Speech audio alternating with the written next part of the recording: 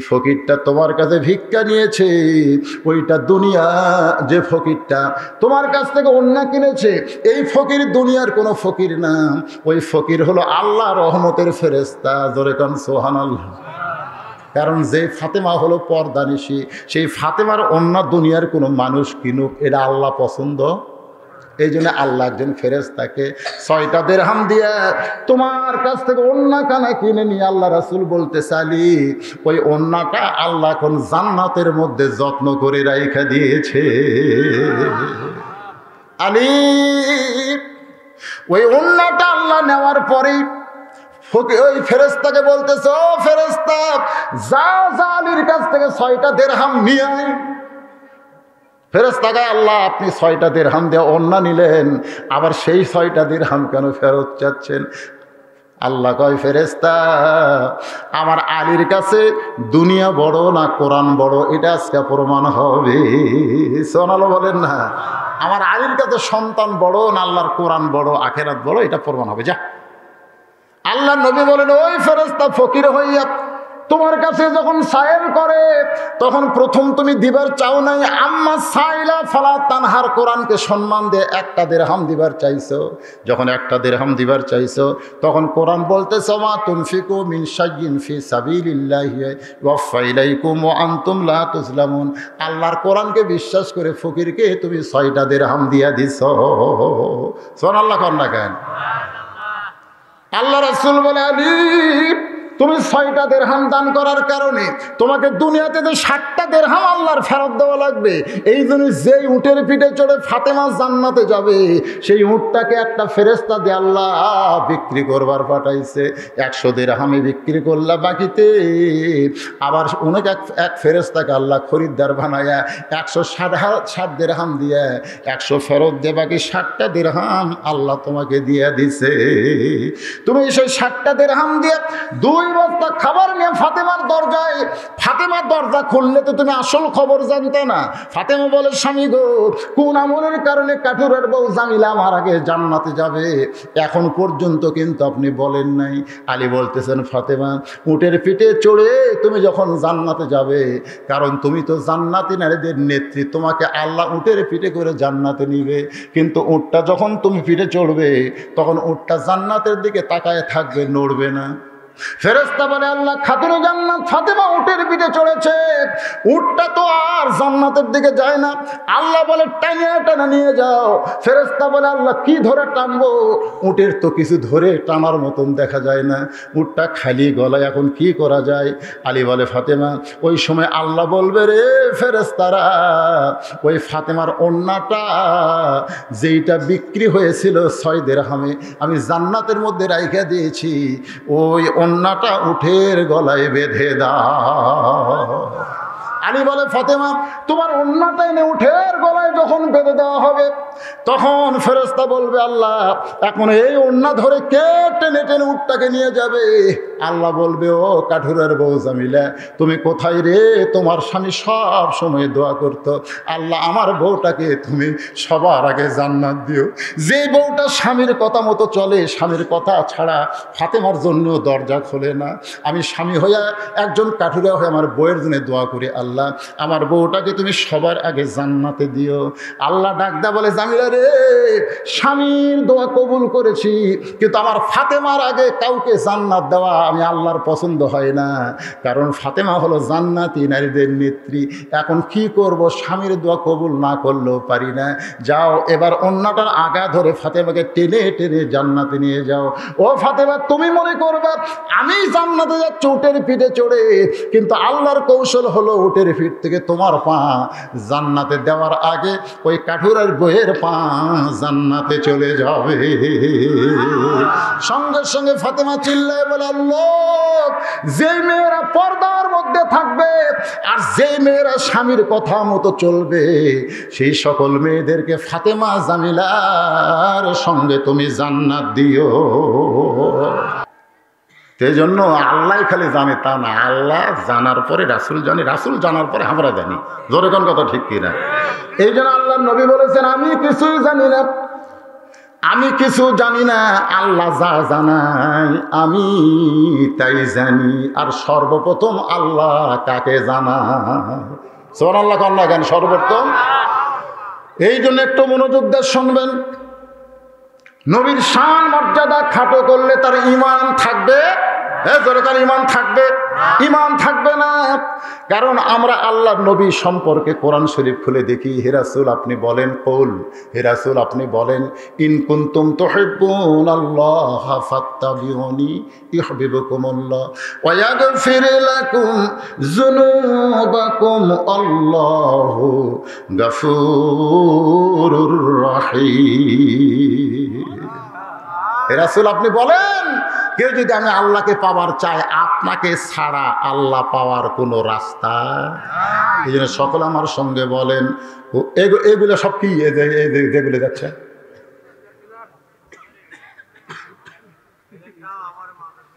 হ্যাঁ, কোরআনের ফাঁকি? কোন মাদ্রাসা? আচ্ছা আচ্ছা, তারা আসে কে আবার যায় কে বুঝি না তো কিছু। তো এরকম ওয়াজ শুনবার কাছে কে? না না না, এই ছোট ছোট বাচ্চা যারা মাদ্রাসার বাচ্চা, তারা তো ওয়াজ লিয়েই থাকে সবসময়।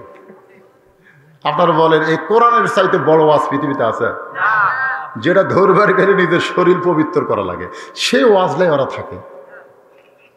এরকম আসবার কে কয়? এই মুহূর্তে এদের ওয়াজ শুনলে ব্রেন দুর্বল হবে, কোরআনে হেফজ করা কঠিন হয়ে যাবে। আমরা ছোট অবস্থায় যখন জামিলে পড়তাম, ওয়াজ শোনা তো দূরের কথা, ওয়াজের মাইকিং পর্যন্ত আমরা শুনবার দেয়নি। এই হাফিজ মাদ্রাসার সাল ফল কেউ আছে নাকি এখানে? কেউ আছে? এরা তো ওয়াজের গুরুত্ব দিবে, মাঝখানে উঠে গেল। একসাথে যদি 4-5 জন ওঠে, তখন ওয়াজের বরকত থাকে না কমে? কথা কন না কেন?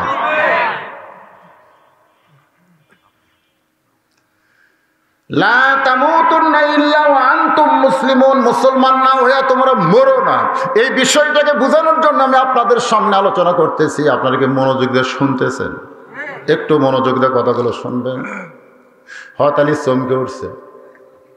আল্লাহর নবী ফাতেমাকে এই কারণেই বললেন যে বিবাহের পরে কোনো মেয়ে যদি বাবার বাড়িতে আসে, তাহলে একা আসা চলবে না, জামাইকে সঙ্গে করে নিয়ে আসা লাগবে। ধরে কোন ঠিক কি না? নবী শুধু নবী ছিলেন না, নবী একজন বাবা ছিলেন। নবীর জীবনে পড়ে দেখেন, তার মতন ভালো বাবা পৃথিবীর কেউ নেই। নবীর মতন ভালো স্বামী পৃথিবীর কেউ নাই। নবীর মতন ভালো প্রেসিডেন্ট পৃথিবীর কেউ নাই। নবীর মতন সেনাপতি ভালো পৃথিবীর কেউ নাই। নবীর মতন রাখাল ভালো কেউ নাই। নবী যে দিক দিয়ে যাবেন, আমাদের নবীর উপরে 1 নম্বর কেউ নাই। ধরে কোন কথা ঠিক কি না? খালি নবী ছিলেন। এই জন্য আল্লাহ বললেন, লাকাদ কানা লাকুম ফি রাসূলিল্লাহি উসওয়াতুন হাসানা। ওই পাঁচশা নেতা নেতা না বানা, আসল মানুষের তোমরা নেতা বানাও। পাঁচশা নেতা খাড়া হয়ে পেশাব করে, তার আবার স্লোগান মারে, আমার নেতার চরিত্র ফুলের মতো পবিত্র, ফুলের মতো। সাধারণ নামাজ পড়ে না একা তো, এরা হলো আবার নেতা। নেতা যদি দেখ পারছেন আমাদের নবী। ধরে কোন কথা ঠিক কি না? আমার নেতা, তোমার নেতা, লিল্লাহে তাকবীর। বিশ্ব নবীর চরিত্র ফুলের মতো কয় না, ফুলের চাইতেও পবিত্র। হ্যাঁ, ওয়াইন্নাকা লাআলা খুলুকিন আযীম। একেবারে আল্লাহর পরই হচ্ছেন নবী। এই জন্য বলবেন, বিশ্ব নবীর চরিত্র ফুলের চাইতেও পবিত্র। বিশ্ব নবীর চরিত্র ফুলের চাইতেও পবিত্র। লাকাদ কানা লাকুম ফি রাসূলিল্লাহি উসওয়াতুন হাসানা। ফাতেমা বলতেছেন, বাবা, আমার স্বামী সারাদিন কাজ কাম করেছে, পুরুষ মানুষ, রাত্রেবেলা একটু ঘুম পাড়তেছে। আমার হাসান হোসেন ঘুম পাড়তেছে। ঘুম থেকে আমার স্বামীকে ডাক দাও, আমি বেয়াদবি মনে করলাম, তাই চুপি চুপি চোরের মতো আপনার ঘরে একলাই বাবা একটু বাতি জ্বালান। আল্লাহ নবী বলে, ফাতেমা কি বলবি বল, বাতি জ্বালান লাগবে না।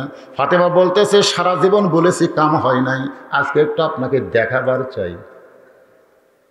ফাতেমা নবীকে বলতেছেন, বাবা সারা জীবন বলেছি, কাম হয় নাই, আজকে একটু আপনাকে দেখাবার চাই, একটু বাতি জ্বলান। নবী যেই মাত্র ঘরের বাতি জ্বলাইছে, ফাতেমা দুইটা হাত বাবার দিকে বাড়ায় দেয়। বাবা নবী আমার তাকায় দেখে বাতির আলোতে হাতের তালু আছে, কিন্তু চামড়া না। দুইটা হাতের তালু গোস্তের মতো লাল দেখতে পায়। নবী চমকে গিয়ে বলে, ফাতেমা তোর হাতের তালুতে চামড়া কেন নাই মা? দুইটা হাত গোস্তের মতন কেন লাল দেখতে পাই? ফাতেমা বলে, বাবা ওই যে বিবাহের সময় একটা জাঁতা দিয়েছিলেন, সেই জাঁতা পুরাতন হয়ে এখন আর ঘরে না তেমন। এরপরও জবের আটা করতে গিয়া, গমের আটা করতে গিয়া ওই জাঁতা ঘুরাইতে ঘুরাইতে আমার হাতে ফোসকা পড়ে গেছে। সেই ফোসকার পরেও যখন ঘোরাতে থাকি আমার হাত ফেটে রক্ত বের হয়ে গেছে। ও বাবা আজকে 2-3 দিন ধরে আমি জাঁতা ঘুরাইতে পারি না বাবা, আমার বাড়িতে তেমন কোনো খাবার নাই। ও বাবা মেহেরবানি করে আমার জন্য একটু খাবার ব্যবস্থা করেন। আমার এই দুইটা হাত আমার স্বামী পর্যন্ত দেখে নাই, আমার হাসান হোসেন পর্যন্ত দেখে নাই, কারণ তাদেরকে দেখানো আমি কষ্ট মনে করি, আপনাকেই শুধু দেখাইলাম বাবা কিছু খাবার দেন। সঙ্গে সঙ্গে নবী ঘরের কোনায় গিয়ে বলে, আল্লাহ দুনিয়ার কত ধনী ধনী যুবকেরা আমার কলিজার টুকরা ফাতেমাকে বিয়ে করতে চাইছিল, কিন্তু আপনি তাদের সঙ্গে ঘটকালি না করে এমন একটা গরিব আলীর সঙ্গে ঘটকালি করলেন। আজকে আমার এই মেয়ের কষ্ট আমি কেমনে সহ্য করব? সঙ্গে সঙ্গে ফাতেমা মাথায় ঘোমটা দিয়ে যখন ঘর থেকে বার হয়ে যায়, নবী ডাকতে বলে, ফাতেমা আমি তো তোর বিরুদ্ধে বলিনি মা, তুই কেন ঘর থেকে বাইরে যাস? ফাতেমা বলতেছে, বাবা আমি আপনার কাছে সাহায্য চাইতে এসেছি, তাই বলে আমার স্বামীর বিরুদ্ধে আপনি আল্লাহকে বলবেন? এরপরও আপনার সাহায্য আমার দরকার নাই। রাসূল বলে, ফাতেমা কি বুঝাবার চাও? ফাতেমা বলতেছে, কি বুঝাবো? আপনি বলেছেন আল্লাহর পরে কাউকে যদি সেজদা দেওয়ার হুকুম থাকতো তাহলে প্রত্যেকটা বউকে বলতেন স্বামীর পায়ে সেজদা করো। ওগো বাবা সেই দিন থেকে আমার স্বামীকে আল্লাহর পরেই সবচাইতে বেশি গুরুত্ব দেই। আমার স্বামীর বিরুদ্ধে কথা বলবেন আর আমি সাহায্য নিব, এমন মেয়ে আমি না। সঙ্গে সঙ্গে নবী কান্দের বলে, আল্লাহ আমার ফাতেমা কে গো আল্লাহ, আমি নবী হইয়াও চিনতে পারলাম না। আল্লাহ ডাকতে বলে, হাবিব আপনি হলেন পুরুষের আদর্শ আর ফাতেমা হলো নারীদের আদর্শ। আজ থেকে ফাতেমা শুধু ফাতেমা নয়, ফাতেমা হলো খাতুনে জান্নাত, ফাতেমা তো জোহরা। লিল্লাহি তাকবীর। আজ থেকে শুধু ফাতেমা নয়, ফাতেমা হলো খাতুনে জান্নাত, সাইদাতুন নিসায়ে আহলিল জান্নাহ। জোরে কোন সুবহানাল্লাহ। জান্নাতি সমস্ত নারীদের সর্দার ফাতেমা। রে মায়েরা যারা পর্দার অন্তরালে বসে আছেন, খালি স্টার জলসা জি বাংলা দেখেন, খালি স্টার জলসা জি বাংলা। আপনার এলাকায় ডিশের লাইন আছে নাকি? মরছেন মরছেন মরছেন। একটা স্বামীও জান্নাতে যাওয়ার পারবেন না যতক্ষণ বউকে স্টার জলসা জি বাংলা দেখানো বন্ধ না করবেন, একটাও না। লিখে নেন তাহলে মরছেন তো। আপনি জানেন স্টার জলসা জি বাংলার মধ্যে কি হয় জানেন? মরদ মানুষ তো দেখে না, 2-1 দিন বইয়ের তালে পড়ে দেখা দরকার। প্রত্যেকটা নাটকে হিন্দুকের পূজা আছে না নাই? প্রত্যেকটা নাটকে আপনার ঘরের মধ্যে হিন্দুকের পূজার বাদ্য লোলো লোল করে বাজতেছে, লোলো করে মুসলমানের ঘরের মধ্যে পূজার বাদ্য বাজতেছে। তো মুসলমানের ঘরে যদি পূজার বাদ্য বাজে, সেই ঘর কি জান্নাতি ঘর না জাহান্নামী ঘর? মান তাশাব্বা বিকওমিন ফাহুয়া মিনহুম।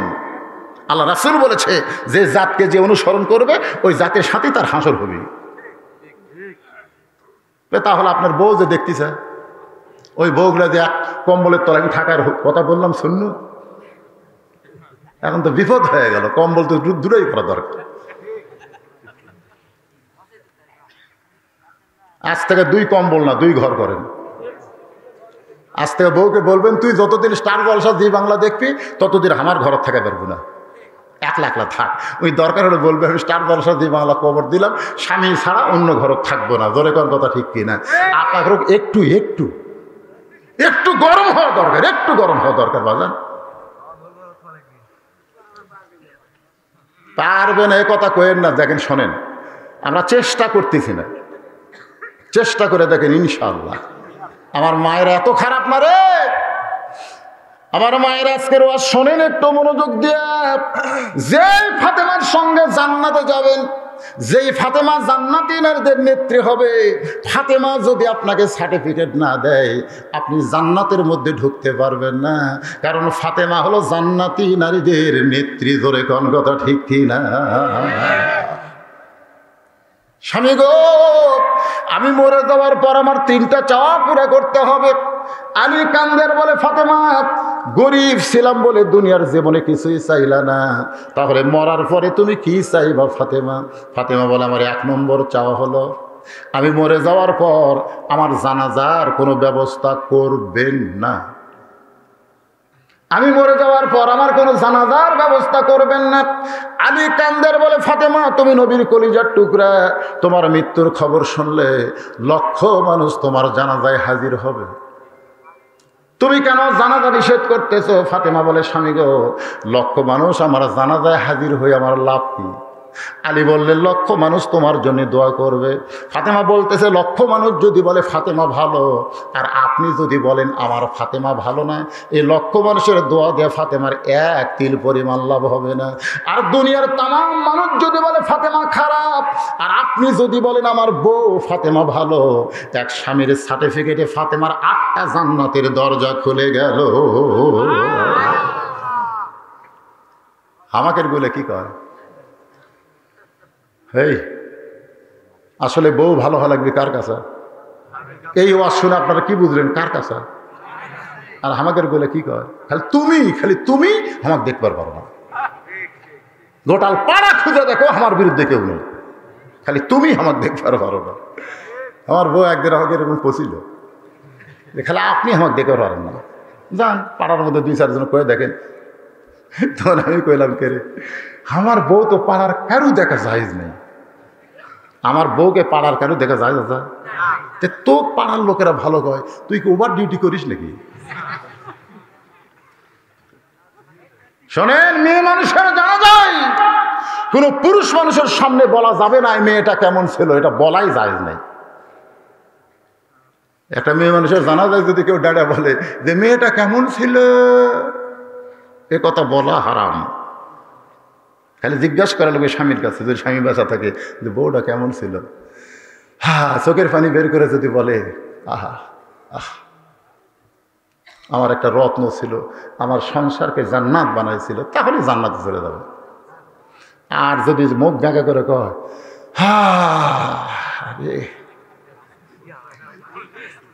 তাহলে বুঝবেন এক স্বামীর সার্টিফিকেটই ওর জাহান্নাম।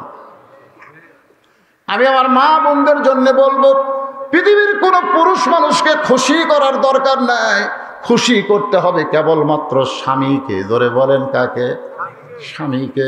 স্বামী ছাড়া অন্য কারো জন্যে একটা মেয়ে মানুষের পর্যন্ত সাজাও জায়েজ নাই। কেবলমাত্র এক ব্যক্তির জন্য মেয়েদেরকে সাজতে হবে, সেই ব্যক্তি হলো তার স্বামী। স্বামী ছাড়া অন্য কোনো পুরুষের জন্য মেয়েদের সাজা চলবে। স্বামীকে কেমন মানতে হবে এটা বোঝানোর জন্য আর একটা ছোট্ট ঘটনা আপনাদের সামনে তুলে ধরি।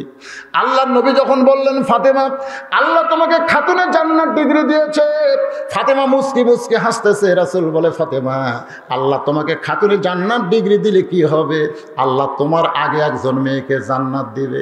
যেই মাত্র বলেছে আল্লাহ তোমার আগে একটা মেয়েকে জান্নাত দিবে, সঙ্গে সঙ্গে ফাতেমা ছোট বাচ্চার মতন কান্দে বলে, বাবা আল্লাহ আমাকে খাতুনে জান্নাত ডিগ্রি দিল, আর আমার আগে যে মেয়েটাকে জান্নাত দিবে সেই মেয়েটার পরিচয় কি?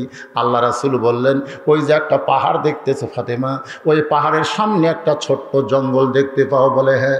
ওই জঙ্গলের সামনে ছোট্ট একটা বাড়ি, ওই বাড়িটা হলো একটা কাঠুরিয়ার বাড়ি। ওই কাঠুরিয়ার বিবি জামিলাকে আল্লাহ তোমার আগে জান্নাত দিবে। সবাই সুবহানাল্লাহ করলেন না? আচ্ছা তাও তো করলেন, 2-4 জন তো তাও কইছেন, কিন্তু ফাতেমা সুবহানাল্লাহ কয়নি। আল্লাহ রাসূল বলে, ফাতেমা আল্লাহ তোমার আগে কাঠুরের বউ জামিলাকে জান্নাত দিবে, তুমি সুবহানাল্লাহ কও না কেন? ফাতেমা বলতেছে, বাবা আল্লাহ আমাকে খাতুনে জান্নাত ডিগ্রি দিল, জান্নাতি নারীদের নেত্রী বানালো, আর আমার আগে সাধারণ একটা কাঠুরের বউ জান্নাতে যাবে কোন আমলের কারণে? আল্লাহ রাসূল বলে, আমলকে যদি জানতে চাও তাহলে তদন্ত করে জেনে নাও। আমলকে যদি জানতে চাও তাহলে তদন্ত করে জেনে নাও। পরদিন আসরের নামাজের পরে ফাতেমা চুপি চুপি এই কাঠুরের বিবি জামিলার ঘরের দরজায় সালাম দিয়ে বলে, জামিলা একটু ঘরের দরজা খুলে দাও। জামিলা দরজা এসে ফোঁপায় ফোঁপায় কাঁদতেছে, বলে আপনার পরিচয় কি? বলে আমার পরিচয় হলো নবীর মেয়ে ফাতেমা, আমি একটু তোমার ঘরে ঢুকতে চাই। জামিলা চোখের পানি নিয়ে কান্দার বলে, আমার সারা জীবনের সাধনা আপনাকে আমি একটা নজর দেখতে চাই, আপনি হলেন নারীদের জান্নাতি সর্দারিনী, আপনার পবিত্র চেহারা দেখার জন্য সারা জীবনের সাধনা।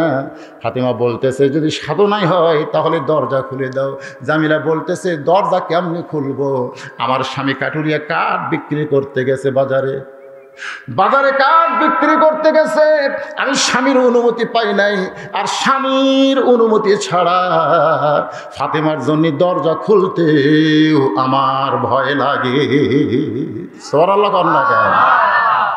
ওগো ফাতেমা, আমার স্বামীর অনুমতি নাই, আমার স্বামীর অনুমতি ছাড়া আমি ফাতেমার জন্য দরজা খুলতে পারবো না। ফাতেমা চমকে গেল, এইটা আবার কেমন বউ? জান্নাতি নারীদের নেত্রী ফাতেমার জন্য দরজা খুলতে স্বামীর হুকুম লাগবে, এইটা আবার কেমন বউ? ফাতেমা বলতেছে, তাহলে আমি কি করব? জামিলা বলতেছে, আজকের মতো আপনি ফেরত যান, আগামীকাল আপনি এই সময় আসবেন, আমি স্বামীর অনুমতি নিয়ে থাকব, আসা মাত্রই আপনার জন্য দরজা খুলে দিব। সঙ্গে সঙ্গে ফাতেমার আকর্ষণ বেড়ে গেছে। সুবহানাল্লাহ। এর এই ঘরের মধ্যে কি আছে রে? আমাকে দেখতেই হবে। স্বামীর হুকুম ছাড়া যে মেয়েটা ফাতেমার জন্য দরজা খোলে না, আর ঘরের মধ্যে কি আমল আছে দেখার দরকার আছে না নাই? আকর্ষণ আরো বেড়ে গেছে।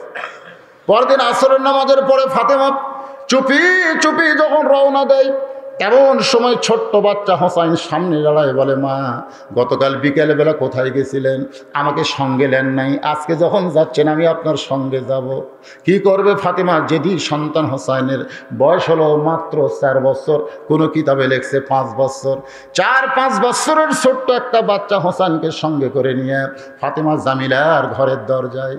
হোসেন বলতেছে, মা এই ভাঙ্গা বাড়ির দরজায় কেন আইছেন? মা গতকাল আইছিলেন, আজকে কেন আইলেন? ফাতেমা বলে, চুপ চুপ। এমন সময় ফাতেমা বলে, জামিলা দরজা খুলে দাও। জামিলা বলতেছে, 1 ঘন্টা হলে দরজায় দাঁড়িয়ে আছি, আপনি আসা মাত্রই দরজা খুলে দিব। ফাতেমা বলে, তাহলে খুলতে দেরি করো কেন? জামিলা বলতেছে, কে যেন আপনার সাথে কথা বলতেছে, মা মা বলে ডাকতেছে। ওই বাচ্চাকে নিয়ে যদি ঢুকতে চান তাহলে আজকের মতো আপনি ফেরত যান, কারণ আমার স্বামীর কাছে শুধু আপনার অনুমতি চাইছি, আপনি বাচ্চা নিয়ে আসবেন সেই অনুমতি আমি নেই নাই। সঙ্গে সঙ্গে হোসেন কয়, মা এই মেয়েটা তো অত্যন্ত খারাপ, এই খারাপ মেয়ের দরজায় কেন আইছেন? আমি হোসেন সাথে আছি আর দরজা খুলবে না? এই মেয়েটা অত্যন্ত খারাপ মেয়ে। মা সঙ্গে সঙ্গে ফাতেমা হোসেনকে বুকের মধ্যে নিয়ে কপালে একটা চুমা দিয়ে বলে, বাজান তুমি যারে খারাপ মেয়ে বলতেছো, তোমার নানা বলেছে ওই মেয়েটা তোমার মায়ের আগে জান্নাতে যাবে। তুমি বলতেছো মেয়েটা খারাপ, কিন্তু তোমার নানা। হোসেন বলতেছে, ও মা, নানা যদি এই কথা বলে থাকে তাহলে এই মেয়েটার দরজায় ঘুরে কোনো লাভ নাই, আসল জায়গায় যাওয়া লাগবে। আসল জায়গা জোরে কোন? কি জায়গা? আসল জায়গা কোনটা? ওই যে আব্দুল আলিম কইছিল, মনে বড় আশা ছিল আমি যাব মদিনায়। তখনকার আলেমের আব্দুল আলিমের গানে ফুটেস করছে যে, আব্দুল আলিম তুমি মদিনার গান গাও কেন? তুমি গান গাও, মনে বড় আশা ছিল যাব মক্কা মদিনায়। তুমি মক্কারে বাদ দিয়ে কেন মদিনার কথা বলো? আব্দুল আলিম বলতেছে, রে মাওলানারা, মদিনা যদি হাত করতে পারো তাহলে শুধু মক্কা নয়, মক্কার মালিক পর্যন্ত তোমার হয়ে যাবে। সুবহানাল্লাহ না কেন? মদিনা যদি হাত করবার পারো তাহলে মক্কা তো দূরের কথা, মক্কার মালিক পর্যন্ত তোমার হাতে এসে যাবে। আপনাদের কাছে কোনটার দাম বেশি, মক্কার না মদিনার? কথা কয় না, কথা কয়। মক্কাত কিন্তু নামাজ পড়লে 1 লাখ রাকাত নামাজের সব, দুটা সমান না চাচা। কারণ নবী যখন মদিনায়, তখন মক্কার কাফেররা মক্কার ভিতরে 360টা মূর্তি ঢুকেছিল। মানে মক্কার কোনোই দাম নেই, মক্কার কোনো দাম নেই। মক্কার দাম থাকলে এতগুলো মূর্তি ঢুকাতে পারে? যেই মক্কা বিজয় হলো, নবী তখন মূর্তিগুলো টানে টানে বার করে ভাঙ্গে বলল, মক্কা তখনই দামি হবে যখন মক্কার আশেপাশে ভালো মানুষ থাকবে। ভালো মানুষ না থাকলে মক্কার খাওয়া আসা। আপনাকে মসজিদের আশেপাশে যদি মুসল্লি না থাকে, মসজিদ যতই টাইলস দিয়ে বানান, ভিতর যায় দেখেন ধুলে দিয়ে ভরে আসে, ধুলে ভরা। কে রে, এটি চামচি খেলা দিছে, ওটি ইন্দুল্লা দিছে। আল্লাহর ঘর, মানুষ নাই তো আল্লাহর ঘর, আল্লাহর ঘর থাকবি চামচিকের ঘর হয়ে যাবি। কথা কন না কেন, কথা কন না কেন? কাবার কি দাম? কাবার আশেপাশে ভালো মানুষ থাকলে কাবার দাম হবে। বর্তমানে করোনার ভয়ে কাবা ঘর পর্যন্ত 1.5 ফুট পর পর নামাজ পড়তেছে। ধরে কোন কথা ঠিক কিনা? আল্লাহ রাসূল বলেছেন, জামাতে নামাজ পড়লে পায়ের গোড়ালির সঙ্গে গোড়ালি মিল করে নামাজ পড়া লাগবে, ফাঁক রাখা যাবে না। আর বর্তমানে মক্কা যারা শাসন করতেছে, তারা করোনার ভয়ে 1.5 ফুট ফাঁক ফাঁক করে দিচ্ছে। আল্লাহর ভয় নেই, ওরা জানি না যে আল্লাহ করোনা দিলে মানুষ মরবে, বোঝেই না শালারা। মক্কার আশেপাশে এখন বদমাইশরা বসবাস করতেছে। ধরে কোন বদমাইশ, বদমাইশ। আজ কতদিন হলো হজ করবার দিচ্ছে না, দেখছেন? মনে করতেছে হজ করলে করোনা ধরে সব মরবি। আরে পাগলা, হজের খুলে দাও, করোনা আল্লাহ তুলে নিবি। ধরে কোন কথা ঠিক কি না? করোনা আল্লাহ বোঝে না, খেলে আমেরিকার দিবি, রাশিয়ার দিবি, ওই শালা করে দিবি, ওরা মরে পাউস হয়ে যাক। লা তামুতুন্না ইল্লা ওয়া আনতুম মুসলিমুন। আপনারা কি বিরক্ত হচ্ছেন? রাত কত হলো?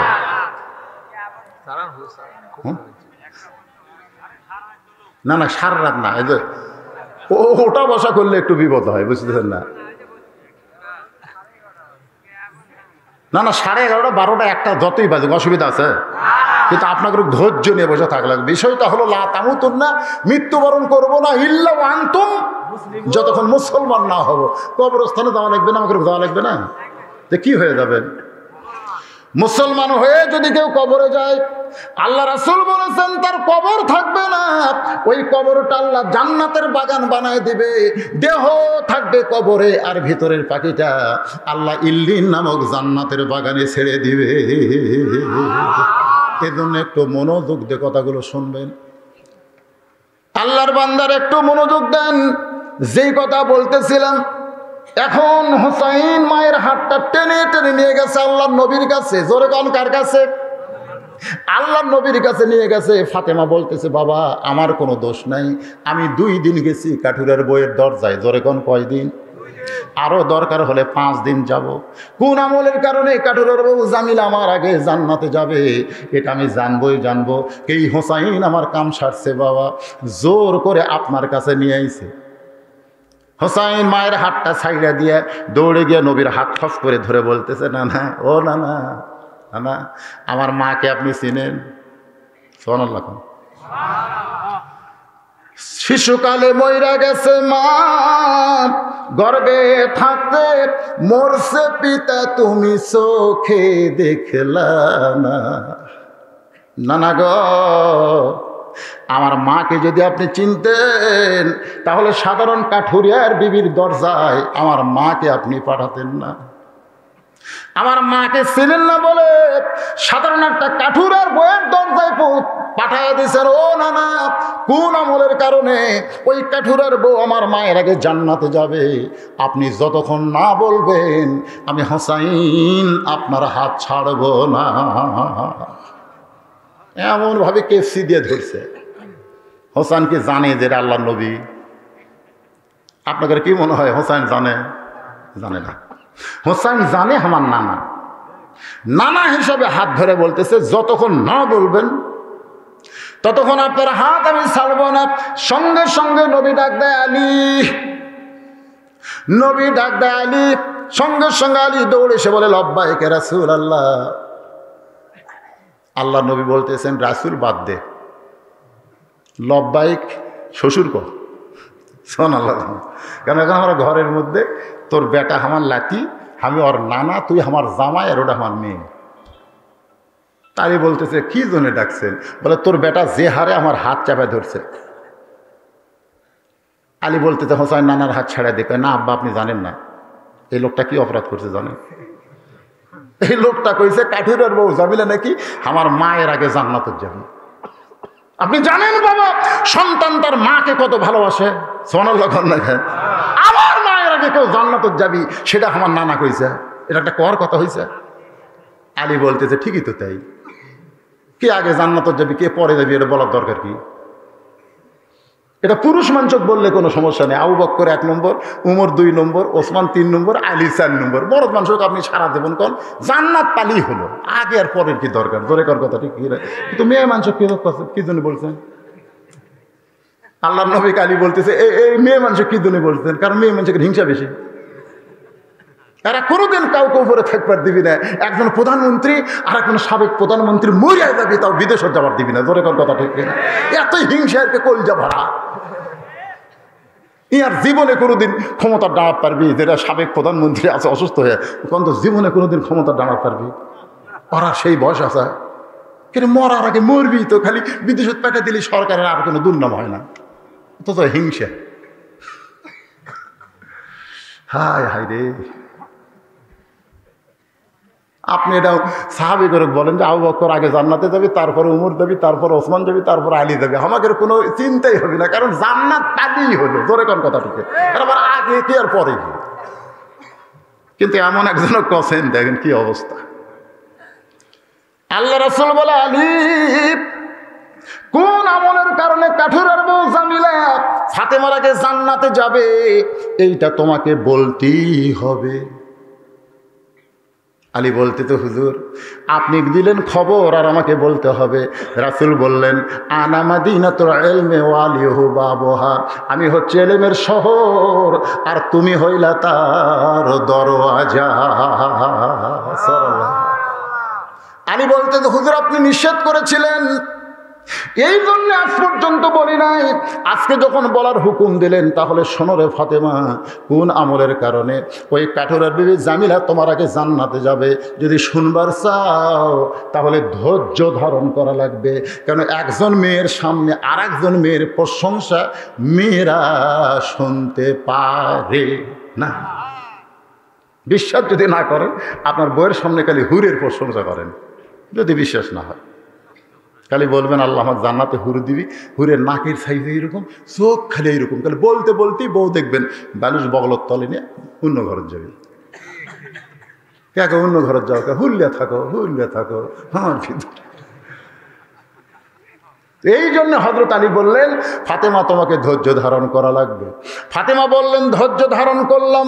আলী বলতেছেন তাহলে শোনো, তোমার কে মনে আছে একদিন দুপুরবেলায় অন্দর মহলে আমাকে ডাক দিয়ে বললেন আলী ওগো স্বামী হাসান হোসেন ক্ষুধার জ্বালায় কাঁদতেছে, আজকে 2 দিন হলে কোনো কিছু খাবার নাই, ঘরেও খাবার নাই, তোমারও কোনো কাজ, তাই আমার এই ওন্নাটা তোমাকে দিলাম, তুমি ওন্না বিক্রি করে যেই টাকা হবে সেই টাকা নিয়ে আজকের মতো খাবার নিয়ে আসো।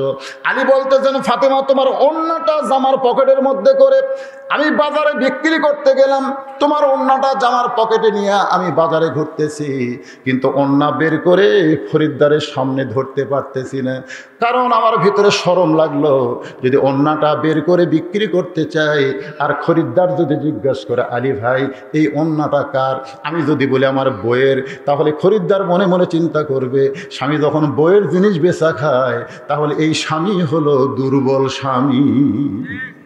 বইয়ের জিনিস বেচা খাওয়া লক্ষণ ভালো? আলী বলতেছেন ফাতেমা তোমার ওন্নাটা জামার পকেটের মধ্যে নিয়ে বাজারে ঘুরতেছিলাম, বের করে বিক্রি করার সাহস পাচ্ছি না, হঠাৎ দেখে একজন খরিদ্দার আমার সামনে এসে সালাম দিয়ে বলে আলী ভাই আপনি মনে হয় কিছু বিক্রি করবেন।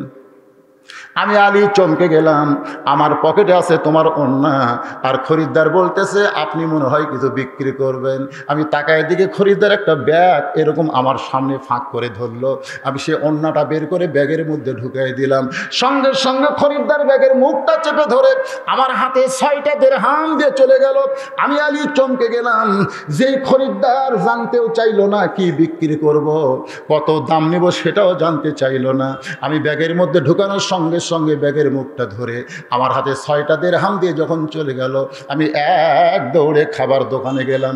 দোকানদারকে সালাম দিয়ে বললাম, ভাইজান আমার হাসান হোসাইন 2 দিন হলে না খেয়ে আছে, এই 6টা দিরহামের যে খাবার হবে তাড়াতাড়ি খাবার প্যাকেট করে দাও। এবার দোকানদার এক টোপলা খাবার প্যাকেট করে যখন আমাকে দিবে, আমি যখন 6টা দিরহাম দিয়ে প্যাকেটটা নিব, এমন সময় একজন ফকির আমার সামনে এসে সালাম দিয়ে বলতেছে, আলী ভাই আজকে কয়েকদিন হলে আমার বাড়িতে কোনো খাবার নাই, যদি পারো তাহলে আল্লাহর হস্তে একটু সহযোগিতা করো। আমার ভিতরে এত রাগ হলো, আমি ফাতেমার ওন্না বিক্রি করার টাকা দিয়ে আমার হাসান হোসেন জন্য খাবার নিয়েছি 6টা দিরহাম দিয়ে। এখন আমার সামনে ফকির, আমি যেন ফকিরকে বলি মাফ করো। এমন সময় আল্লাহর কোরআন বলতেছে, আম্মা সাইলা ফালা তানহার, আলী রে সাইলকারীর সঙ্গে খারাপ ব্যবহার করিস না। আলী বলতেছেন, ফাতেমা তোমার ওন্না বিক্রি করা 6টা দিরহাম থেকে একটা দিরহাম আমি ফকিরকে দিবার চাইলাম, যেই ফকিরকে একটা দিরহাম দিব, এমন সময় আল্লাহর কোরআন বলতেছেন, ওয়ামা তুনফিকু মিন শাইইন ফি সাবিলিল্লাহি ওয়াফা ইলাইকুম ওয়া আনতুম লা তুজলামুন। আলী ফকিরকে যদি একটা দিরহাম দেশ, আল্লাহ তোর দুনিয়াতেই 10 দিরহাম ফেরত দেবে। 2টা দিরহাম দিলে আল্লাহ 20 দিরহাম দেবে। আর 6টা দিরহাম যদি ফকিরকে দান করিস, আল্লাহ তোকে 60 দিরহাম ফেরত দেবে। আলী বলতেছেন, ফাতেমা আল্লাহর কোরআনের সম্মানে আমি হাসান হোসেনকে ভুলে গেলাম, আমি টোপলার খাবার নেওয়ার কথা ভুলে গেলাম। ওই 6টা দিরহাম ফকিরকে দান করে 60টা দিরহাম পাওয়ার আশা করলাম। ফকির হাসতে হাসতে 6টা দিরহাম নিয়ে যখন চলে যাই, দোকানদার আমাকে বলে, আলী ভাই আপনার সন্তান নাকি 2 দিন না খাওয়া, আমি খাবার টোপলা করে দিলাম, আপনি খাবার টোপলা না নিয়ে ফকিরকে 6টা দিরহাম দিলেন, এখন টোপলা কেমনে নেবেন? আলী বলতেছে, দোকানদার তুমি 2 বস্তা খাবার প্যাকেট করো। লিল্লাহি তাকবীর। আমার বিশ্বাস আল্লাহ আমাকে ঠকাইবে না। আলী বলে, ফাতেমা ওই ফকির দোকানদারকে 2 বস্তা খাবার বস্তা প্যাকেট করতে বলে আমি বাজারের মধ্যে ঘুরতেছিলাম। বাজারের মধ্যে যখন ঘুরতেছি, এমন সময় দেখি একজন উটওয়ালা উট নিয়ে বাজারে আসতেছে। আমার দিকে তাকায় সালাম দেওয়া, আলী ভাই এই উটটাকে কিনবেন নাকি? আমি কইলাম, আমার পকেটে একটাও টাকা নেই, আমার পকেটে একটাও টাকা নাই, আমি উটটা কেমনে কিনবো? উটওয়ালা বলতেছে 100 দিরহাম বাকিতে উটটা কিনেন, বিক্রি করে আপনি টাকা দিবেন, এটাও কি পারবেন না? আলী বলে, ফাতেমা জীবনে এই সুযোগকে হাতছাড়া করা যায়? আমি 100 দিরহাম বাকিতে উটটা ক্রয় করে যেই উটের বাজারে গেলাম, এমন সময় চারিদিক থেকে খরিদ্দার আমাকে ঘিরে ধরে বলে, আলী ভাই আপনি তো কোনোদিনও উট বিক্রি করেন না, এত সুন্দর উট আপনি কোথায় পাইলেন? কত দাম নেবেন? আলী বলতেছেন, দাম দর করব না, তোমাদের মনে যা লয় তাই তোমরা বলতে পারো। এমন সময় খরিদ্দার আলীর কানে কানে বলে, আলী ভাই আমার মনে হয় 160 দিরহাম দিলেই দিবেন। ধরে কান সুবহানাল্লাহ। আমার মনে হয় 160 দিরহাম দিলেই দিবেন। আলী বলে, ফাতেমা 160 দিরহামে বিক্রি করে উটওয়ালাকে 100 দিরহাম ফেরত দিয়ে বাকি 60টা দিরহাম নিয়ে ওই দোকানে গেলাম। দোকানদারকে বললাম, ভাইজান বস্তার খবর কি? বলে 2 বস্তা প্যাকেট করেছি, দাম কত? বলে 60 দিরহাম। 60টা দিরহাম দিয়ে আমি 2 বস্তা খাবার, 1 বস্তা আমার কান্দে, 1 বস্তা হাতে নিয়ে যেই মাত্র তোমার বাড়ির দরজায়, সঙ্গে সঙ্গে ফাতেমা তুমি দরজা বন্ধ করে দিলে। ফাতেমা রাগ করে বলতেছে, জামিলা আমার আগে কেমনে জান্নাতে যাবে? সেই পেশার না থুই আপনি কি ওয়াজ ধরলেন? আলী বলতেছেন, ও ফাতেমা আমি তোমাকে বলতেছি ধৈর্য ধারণ করা লাগবে। ধরে কর না সুবহানাল্লাহ। তোমার কি মনে আছে 2 বস্তা খাবার নিয়ে আমি দরজায়, সঙ্গে সঙ্গে তুমি দরজা বন্ধ করে দিলে। আমি বললাম, আলী বললাম, ফাতেমা দরজা খুলে দাও। তুমি বললে দরজা বন্ধ করে দরজা খুলবো না, একটা ওন্না বিক্রি করার টাকা দিয়ে বড় জোর 1 টোপলা খাবার হবে, আপনি 2 বস্তা খাবার কোথায় পাইলেন? আমি বললাম, ফাতেমা দরজা খোলো, দরজা খুললি আমি তোমার কাছে বলবো। তুমি তখন বললে, না না ওন্না বিক্রি করার 1 টোপলা খাবার নাইনি, 2 বস্তা খাবার আনলি দরজা খুলবো তা না। আপনি হালাল পথে আনছেন না হারাম পথে আনছেন, আগে হিসাব দেন। আমি কইলাম, ফাতেমা দরজা খোলো। ফাতেমা বলতেছে, আমি দরজা খুলবো না, না খাইয়া মরে যাব, কিন্তু 2 বস্তা খাবার কোথায় পাইলেন? যতক্ষণ না বলবেন ততক্ষণ আমি দরজা খুলবো। আলী বলতেছে এমন সময় আমার সামনে আল্লাহর কোরআন বলতেছে, আর রেজালু কাওয়ামুনা আলান নিসা, পুরুষরা নারীদের উপরে থাকবে। ফাতেমা দরজা না খুললে খবরদার তুই 2 বস্তার খবর দিবি না। ও ফাতেমা, তুমি যখন দরজা বন্ধই রাখলে তখন 1 বস্তা কান্দে 1 বস্তা হাতে নিয়ে আমি আল্লাহর নবীর দরবারে চলে আসলাম রাগ করে। নবী আমার দিকে তাকায় মুচকি হাসিতে বললেন, আলী রে আসো আসো আমার কাছে। আমি যেই মাত্র নবীর কাছে, সঙ্গে সঙ্গে নবী আমার কাঁধ থেকে 1 বস্তা নামে নিয়ে আর 1 বস্তা হাত থেকে নিয়ে রাখার পরে আমাকে বললেন, আলী কি খবর? বলে, হুজুর আপনার মেয়ে এত খারাপ কেন? আল্লাহ নবী বলে, আমার মেয়ের কি দোষ? বলে, এই 2 বস্তা নিয়ে ঘরের দরজায় গেলাম, কিন্তু আপনার মেয়ে জিদ করলো, এই 2 বস্তা কোথায় পাইলেন না বললে দরজা খুলবো না। আমি বলিনি বলে দরজা খুলে নাই, এই জন্য রাগ করে আপনার কাছে আইছি। আল্লাহ রাসূল বললেন, ফাতেমা দরজা খুললে তুমি তো আমার কাছে আসতে না। বলেন না, এই জন্য দরজা না খোলাই ভালো হয়েছে, আমার কাছে আইসে। এখন বলো, আলী ও আলী, ফাতেমার অন্য তোমার কাছ থেকে যে খরিদ্দার কিনেছে তার কি তুমি চিনো? আলী বলতেছে, হুজুর আমি চিনি না। যে ফকির তোমার কাছ থেকে 6টা দিরহাম ভিক্ষা নিয়েছে তারে কি তুমি চিনো? আলী বলতেছে, আমি চিনি না। যে লোকটা তোমার কাছে উট বিক্রি করলো তার কি তুমি জানো? বলে না। যে খরিদ্দার তোমার কাছ থেকে উট কিনলো তারে কি তুমি চিনো? বলে না। তাহলে এখন বলো, এই যে 4টা বিষয় তোমার সামনে ঝুলতেছে, এটা ফাতেমা বলতে পারবে না, এটা আমি তোমাকে বলে দিব। লিল্লাহে তাকবীর। যে খরিদ্দার তোমার কাছ থেকে অন্য কিনেছে, আবার যে ফকির তোমার কাছ থেকে ভিক্ষা নিয়েছে, আবার যে লোকটা তোমার কাছে উট বিক্রি করেছে, আবার যে খরিদ্দার তোমার কাছ থেকে উট কিনেছে, আমি রাসূল এখন তোমার কাছে একে একে বলতেছি। আলী বলে, ফাতেমা আল্লাহর নবী সেই দিন নিষেধ করেছে বলে আমি তোমাকে বলতে পারি নাই। আজকে কোন আমলের কারণে জামিলা তোমার আগে জান্নাতে যাবে সে আমলটা তোমার সামনে এখন উপস্থাপন করতেছি। লিল্লাহে তাকবীর। ফাতেমা বলে, স্বামী গো, আমার 2 নম্বর চাওয়া হলো, আমার এই কবরটা দিনের বেলা দিলে চলবে না। আমি রাতের অন্ধকারে মৃত্যুবরণ করেছি, রাতের অন্ধকারেই আমাকে কবর দেওয়া লাগবে। 1 নম্বর কি শুনছেন? কোনো জানাজার ব্যবস্থা। 2 নম্বর হলো দিনের বেলা কবর দেওয়া যাবে না, কারণ দিনের বেলা কবর দিলে বহু মানুষ ফাতেমার কবর দেখবে। অন্তত ফাতেমাকে না দেখলেও ফাতেমার কবর দেখে কবরের মাপ তারা জানতে পারবে। আমার 3 নম্বর চাওয়া হলো, আমি মরে যাওয়ার পর আমার লাশটা কিন্তু খাটনিতে তোলা চলবে না, কারণ মেয়ে মানুষের খাটনি যিনি তিনি কান্দে নিবার পারবেন না। যদি ভাবি মরে যায়, দেওরা কান্দে নিবার পারবে? এতক্ষণ পারবে নাকি? যদি শালি মরে যায়, দুলা ভাই কি শালির লাশ কান্দে নিবার পারবে? আপনাকে এলাকাত কি বুঝে শুনে লাই না যাইতাই লাই না? মেয়ে মানুষের লাশ যিনি তিনি কান্দে নিবার পারবেন। এই জিনিসটা আপনারা খেয়াল করে শোনেন ভাই রে, যাদের সঙ্গে কেবলমাত্র বিবাহ বসা হারাম, মুহরিম, তারাই শুধু কান্দে নেবার। আমার কথা কি বুঝলেন না? ফাতেমা বলতেছে, এই মুহূর্তে আমি মরে যাওয়ার পর আমার লাশ কান্দে নেওয়ার তেমন কোনো পুরুষ নাই।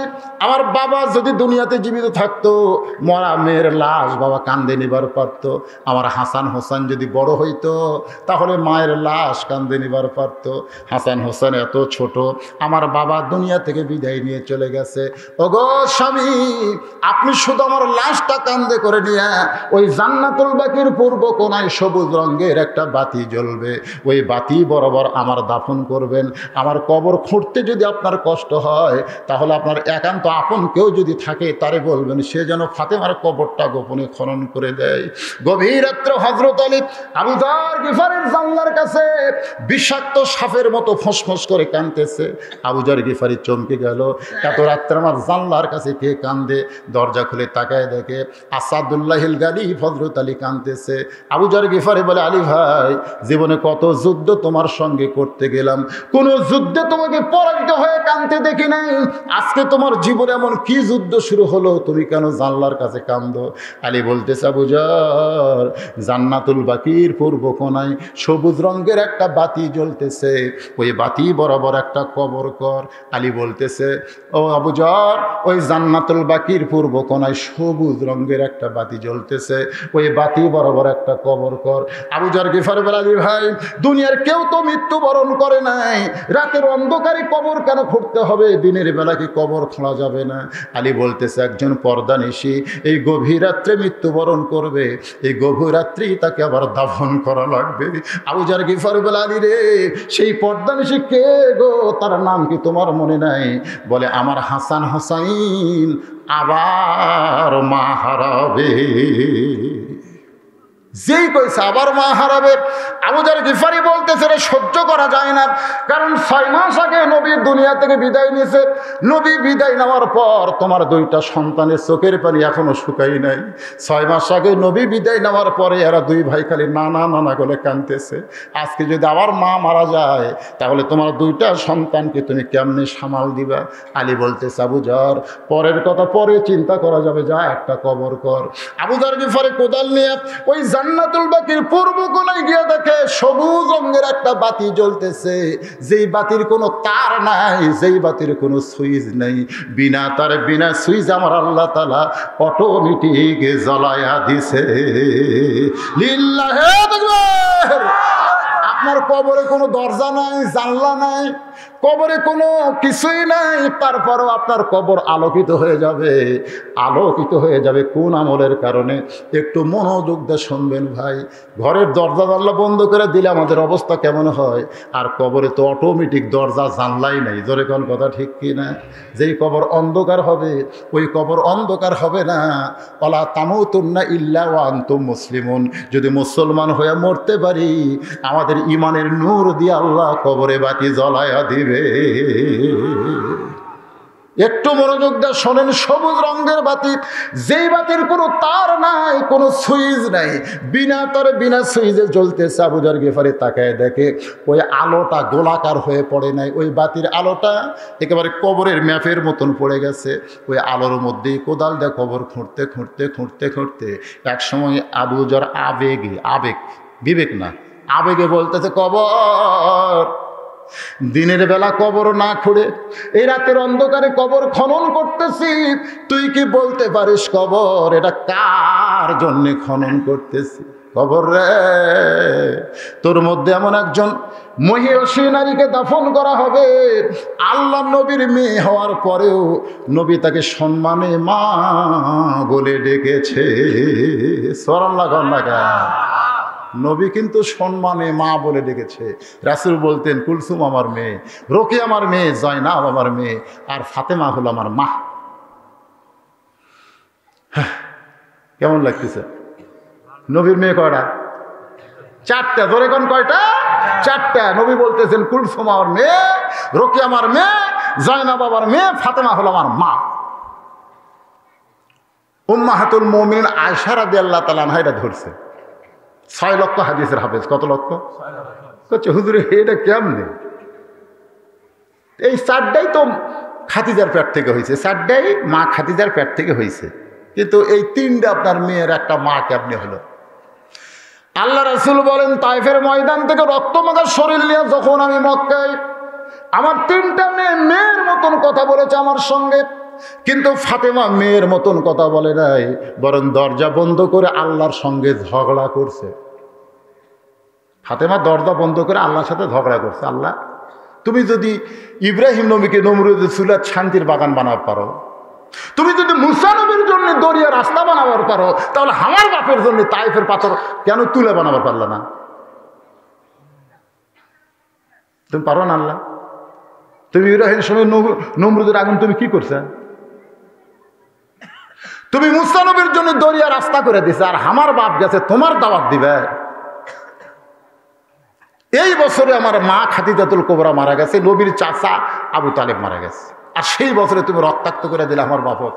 আল্লাহ রাসূল বলে, ফাতেমা, আল্লাহর সঙ্গে ঝগড়া করা হয় না। ফাতেমা বলতেছে, বাবা সহ্য করে পারতেছি না। এটা একটা আল্লাহর ব্যবহার হলো? আল্লাহ নবী আয়েশা দরজা খুলে আমি তাকায় দেখি উনানে পানি গরম করতেছে, জয়তুনের তেল গরম করতেছে। কিছুক্ষণ পরে সে দরজা বন্ধ করে আমার মাথাটা উড়াতে নিয়ে আমার যত জায়গায় তায়েফবাসীরা পাথর মারছে প্রত্যেকটা জায়গার উপরে ওই গরম পানির মধ্যে নরম কাপড় চুবড়াইয়া চুবড়াইয়া আমার গোটা দেহ পরিষ্কার করে আমার যত জায়গায় তায়েফবাসী পাথর মারছে ওই আহত জায়গায় ক্ষত জায়গায় জয়তুনের গরম তেল নিয়ে যখন মালিশ করে, আমি নবী কখন যেন ফাতেমার ওড়াতে বালিশ বানায় ঘুমায় গেছি। ওই ঘুমের ঘরে আমি স্বপ্নে দেখি আমার মা আমেনা আমার একেবারে মাথার পাশে দাঁড়ায় কাঁদতেছে। আমি বললাম, মা এতদিন পরে এই সন্তানকে দেখতে আইছেন, আর যাবার দিব না। আমি আমিনা বিশ্বাস করে যখন হাত চাইবা ধরছি সঙ্গে সঙ্গে ফাতেমা আমার কপালে চুমা দিয়ে বলে, বাবা আপনি মনে হয় স্বপ্ন দেখছেন, বাবা আপনি স্বপ্নে মা বলে যে আমার হাতটা চাইপা ধরছেন, এখন পর্যন্ত হাতটা ছাড়েন না। রাসূল বলে, ফাতেমা স্বপ্নে মা বলে যদি তোর হাতটা চাইপা ধরি তাহলে তুই শুধু আমার আমেন ফাতেমা নয়, তুই হইলে আমার মা আমেনা। আবু যার গিফারি বলে, কবর তোর মধ্যে এমন একজন মাকে দাফন করা হবে যার দুইটা সন্তানকে রাসূল জান্নাতি যুবকদের সরদার ঘোষণা করেছে। সাইদুস শাবাবে আহলেল জান্নাত হাসান ও হুসাইন রাদিয়াল্লাহু তাআলা আনহুমা, জোরে গান সুবহানাল্লাহ। রে কবর তোর মধ্যে এমন একজন বিবিকে রাখা হবে যার স্বামীকে আসাদুল্লাহিল গালিব ডিগ্রি দেওয়া হয়েছে। ও কবর খবরদার বেয়াদবি করবি না, খবরদার বেয়াদবি করবি না। এই কথা বলে আবার যখন কোদাল মারতে চায় এমন সময় কে যেন গায়েব থেকে আওয়াজ দিচ্ছে। এটা ফাতেমার জন্যে নয়, এটা আমাদের সকলের জন্য বলা হচ্ছে। আপনারা আবার মনে করেন না যে গায়েব থেকে যে আওয়াজ দিচ্ছে এটা ফাতেমার জন্য, তা না, ফাতেমার জন্য না। কবর বলতেছে কার মা কার মেয়ে কার বিবি এইটা কবর দেখবে না, কবর দেখবে যদি আমল ভালো হয় তাহলে কবর তার জন্য জান্নাতের বাগান হয়ে যাবে, আর আমল যদি খারাপ হয় কবর তার জন্য জাহান্নামের গর্ত হবে। লা তামুতুন্না ইল্লা ওয়া আনতুম মুসলিমুন। আয় আল্লাহ তাআলা, সেই মাগরিবের নামাজের পর থেকে এত গভীর রাত পর্যন্ত তোমার পাগল বান্দারা আরামের বাড়ি আরামের ঘুমকে বাদ দিয়া আল্লাহ মোনাজাতের মধ্যে মারা গেছে বাবা আব্দুর রশিদ সাহেব 500 টাকা দান করছে। আল্লাহ তার কে মারা গেছে, বাবা না মা? বাবা মারা গেছে। আল্লাহ বাবার কবর জান্নাত বানায় দিক ধরে কেন আমি। আয় আল্লাহ তাআলা, শুরু থেকে শেষ পর্যন্ত যত আলোচনা এর মধ্যে যদি ত্রুটি হয় ভুল হয় মাফ করে দিও, যা হাদিয়া মঞ্জুর করো। সোনার মদিনায় নবী পাকের রওজা মোবারক আল্লাহ কবুল করে নাও। তামাম আম্বিয়া কেরাম সাহাবী কেরাম তাবিনী কেরাম তাবিনী কেরাম তাম পৃথিবীর মাটির নিচে যত মুমিন মুমিনাত আছে আল্লাহ সকলের আরওয়াহ আর হাদিয়া কবুল করেন। আল্লাহ আমরা যারা হাত তুলেছি আমাদের মধ্যে জনম দুঃখনী মা বাবা যাদের কবরে চলে গেছে আল্লাহ মেহেরবানি করে বাপ মার কবর জান্নাতের টুকরা বানিয়ে দেন। আমাদের দাদা দাদি নানা নানি আত্মীয় স্বজন আমাদের আপনজন যাদের কবরে চলে গেছে আল্লাহ কবরবাসীদের মাফ করে দেন। আমরা যারা হাত তুলেছি আল্লাহ আমাদের মা বাবা অন্ধকার কবরে যাদের চলে গেছে আল্লাহ কবর রিয়াজুল জান্নাহ কবুল করেন। আল্লাহ শালিকা গোরস্থানে যত মুর্দা শুয়ে আছে আল্লাহ সকলের কবরকে জান্নাতের টুকরা বানায় দেন। আল্লাহ এই মাদ্রাসাকে কিয়ামত পর্যন্ত কবুল করেন। এই মাদ্রাসায় নগদে বাকিতে যারা দান করেছে আল্লাহ সকলের দানগুলোকে জান্নাতের বিনিময় হিসেবে কবুল করেন। পর্দার অন্তরালে আমার মা বোনেরা আজকে মা বোনদের ওয়াজ আমি অনেক বেশি করেছি। মা আপনারা ফাতেমা জামিলার চরিত্র অর্জন করবেন, স্বামীর কথা মতো চলবেন, পর্দার মধ্যে থাকবেন। আল্লাহ তাআলা আপনাদের সবাইকে ফাতেমার নেতৃত্বে জান্নাতি কবুল করে নেন। আমাদের মধ্যে আমরা যারা অসুস্থ আছি আল্লাহ সুস্থ করে দেন, অভাবকে মোচন করে দেন। আসমানের বেলা আসমানে নেন, জমিনের বেলা জমিনে ডাবায় দেন। আল্লাহ শালিকা গ্রামের উপরে রহমত আর বরকতের দরজা খুলে দেন। অমামুদ মন আমি গুনাহগার বলে দোয়া ফিরাই দিয়েন না। এতগুলো মানুষের মধ্যে যার দুইখানা হাত পছন্দ করেন সেই দুই হাতের ওসিলায় গোটা মাহফিলকে কবুল করেন। মাদ্রাসার সভাপতি, ম্যানেজিং কমিটির, মাদ্রাসার সেক্রেটারি, মাদ্রাসার মোহতামিম, মাদ্রাসার ওস্তাদ, মাদ্রাসার তালবে ইলম যে দুইজনের মাথায় পাগড়ি পরানো হলো আল্লাহ তাদেরকে হাফেজ আলেম হিসাবে কবুল করেন। আয় আল্লাহ তাআলা, মাদ্রাসা আজকের মাহফিলে যিনি সম্মানিত সভাপতি অসুস্থ হওয়ার কারণে আসতে পারে নাই, আল্লাহ তার ভাইকে পাঠিয়ে দিয়েছে, আল্লাহ তাকে পুরোপুরি সুস্থতা দান করেন। যিনি সভাপতির দায়িত্ব পালন করেছেন, আল্লাহ তাকে জান্নাতি মানুষ হিসেবে আল্লাহ আপনি কবুল করে নিন। আয় আল্লাহ তাআলা, আমাদের সবাইকে আল্লাহ আপনি মাফ করে দেন। যে পথে চললে খুশি হবেন সে পথে আমাদের কবুল করেন। মৃত্যুর সময় পরিপূর্ণ মুসলমান হয়ে আমাদেরকে কবরে ডাক দিবেন, আর যাওয়ার সময় আমাদের জবানে জারি করে দিবেন, লা ইলাহা ইল্লাল্লাহু মুহাম্মাদুর রাসূলুল্লাহ সাল্লাল্লাহু আলাইহি ওয়াসাল্লাম।